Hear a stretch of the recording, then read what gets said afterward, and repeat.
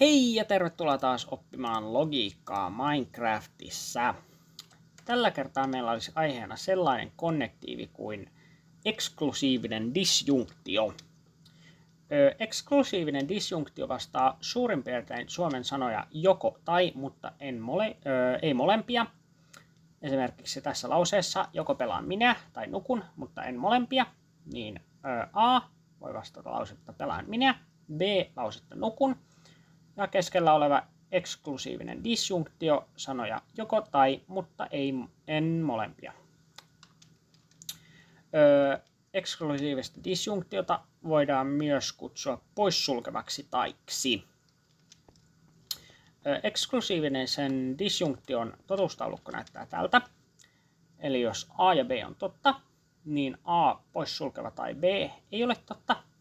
Jos A on totta ja B ei ole totta, tai jos A ei ole totta ja B on totta, niin A poissulkeva tai B on totta.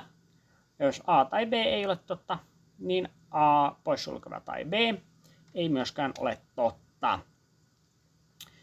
Eli jos A ja B on sama totuusarvo, niin lopputulokseksi tulee ei totta.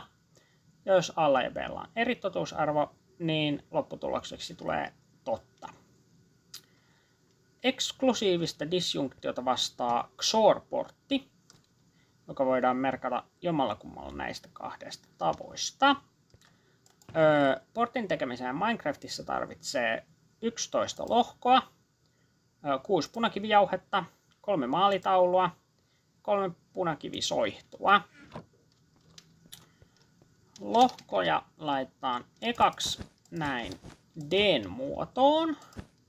1 tohon keskelle, maalitaulut näin, sitten punakivijauheita 3 näin, 3 tähän näin, sitten laittaa vielä lohkot noin, ja sitten soihtuja 1 tohon maalitaulun päälle ja 2 tästä maalitaulujen sivuista näin.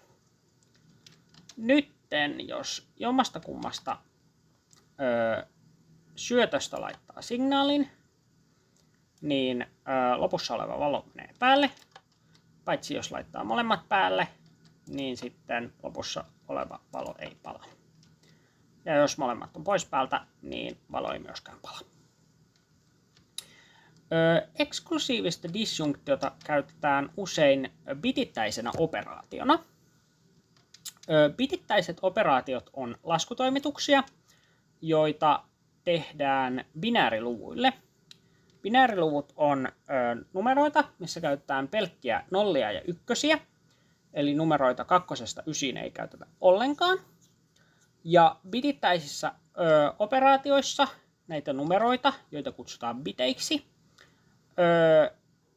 niin niille suoritetaan loogisia operaatioita aina bitti tai useamman numeron vastaavat bitit yhdessä, niin bitti kerrallaan. Ja se saattoi vielä vähän hämmentää, mutta tehdään harjoitus laskemalla tämä, ja sitten se saattaa vähän auttaa ymmärtämään. Mutta tosiaan, tehdään ensin XOR-portti. Noin. Noin, noin, noin.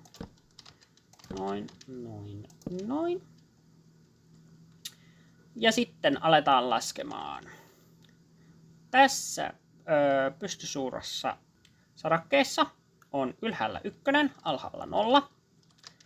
Eli laitetaan ylempi bitti päälle. Lopussa valo palaa, eli tänne tulee 1. Täällä on 0 ja 1, eli laitetaan toi pois ja alempi päälle. Taas palaa, tonne tulee 1. Sitten on 1 ja 1, molemmat päälle. Lopussa valo ei pala, eli tänne tulee 0. Sitten on 0 ja 0. Noin. Valo ei pala. Sitten tulee 0 ja 1. Alempi päälle. Valo palaa. Tuohon tulee 1. Sitten on taas 0 ja 0. Molemmat pois. Valo ei pala. Tulee 0. Sitten on 1 ja 0. Ylempi päälle. Valo palaa. Tuohon tulee 1. Ja sitten on 1 ja 1. Niin molemmat päälle. Valo ei pala. Ja tuohon tulee 0. Eli tosiaan bitittäisissä laskutoimituksissa katsotaan aina bitit kerrallaan ja tehdään aina sama looginen operaatio, tässä tapauksessa eksklusiivinen disjunktio, ja laitetaan tulos tuohon alle. Tästä bitittäisestä eksklusiivisesta disjunktiosta on hyötyä paljon ohjelmoinnissa, esimerkiksi viestien salauksessa tai viestien virheenkorjauksessa. Ja sitä voidaan käyttää myös tekemään normaalia pluslaskuja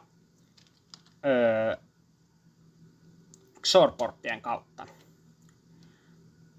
Ja sitä päästään testaamaan vielä seuraavassakin jaksossa, nimittäin seuraavassa jaksossa teemme pienen laskimen.